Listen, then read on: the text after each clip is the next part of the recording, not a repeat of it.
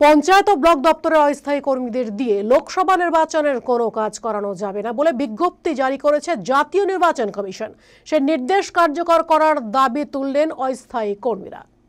সেই মোতাবেক কাজ থেকে অব্যাহতি নেওয়ার জন্য বুধবার দুপুরে পুরাতন মালদা ব্লক সমষ্টি উন্নয়ন আধিকারিকের হাতে ডেপুটেশন দিলেন প্রতিটি পঞ্চায়েত ও ব্লক দপ্তরের অস্থায়ী কর্মীরা।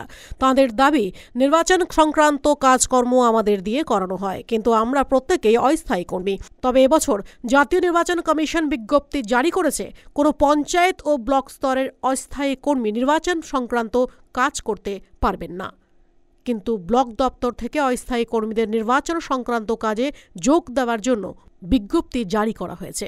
এই মর্মে পঞ্চায়েত ও ব্লক দপ্তরের প্রত্যেক অস্থায়ী কর্মী লিখিত আকারে নির্বাচন কমিশনের নির্দেশিকা অনুযায়ী কাজ থেকে অব্যাহতি নেওয়ার জন্য ব্লক সমষ্টি উন্নয়ন আধিকারিকের হাতে ডেপুটেশন দিয়েছে। যদিও এই বিষয়ে ব্লক সমষ্টি উন্নয়ন আধিকারিক সেজুতি পাল মাইতি জানান, বিষয়টি নিয়ে জেলার ঊর্ধ্বতন কর্তৃপক্ষের সঙ্গে আলোচনা করব।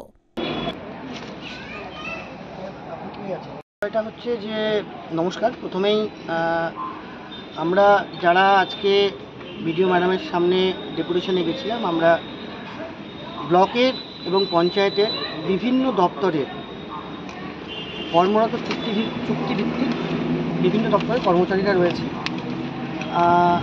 কেউ 17 বছর ধরে চাকরি করছি, কেউ 16 বছর ধরে, কেউ 10 বছর ধরে, প্রত্যেকেই আমরা বহু পুরনো স্টাফ। এইবার এতদিনেও আমাদের যে চুক্তিভিত্তিক যে ব্যাপারটা, অর্থাৎ আমরা যে অস্থায়ী কর্মচারী, আমরা অস্থায়ী কর্মচারী রূপেই কাজ করে যাচ্ছি। আমাদের 16 তারিখ honourable election commission of India যে প্রেস নোটিফিকেশন করেছিলেন, সেখানে উনি পরিষ্কার জানিয়েছিলেন যে কোনো রকম কোনো চুক্তিভিত্তিক কর্মচারীদের দিয়ে ইলেকশনের কাজ করানো যাবে না। আসন্ন যে 2024-এর লোকসভা ইলেকশন, সেই ইলেকশনে কোনো রকম কোনো কাজ করানো যাবে না।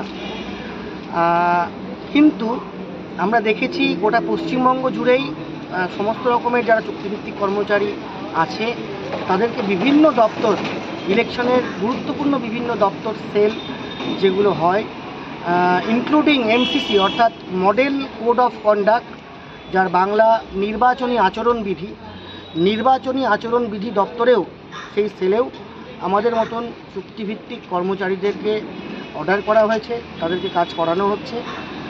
তো যদি সত্যি আমাদের এই অর্ডারটা করে যদি আমাদের কাজ করতে হয়, তাহলে সেটা কি কোনো রকমভাবে নির্বাচনী আচরণবিধি কোনো রকম লঙ্ঘন হচ্ছে না, এমসিসির ভায়োলেশন হচ্ছে না?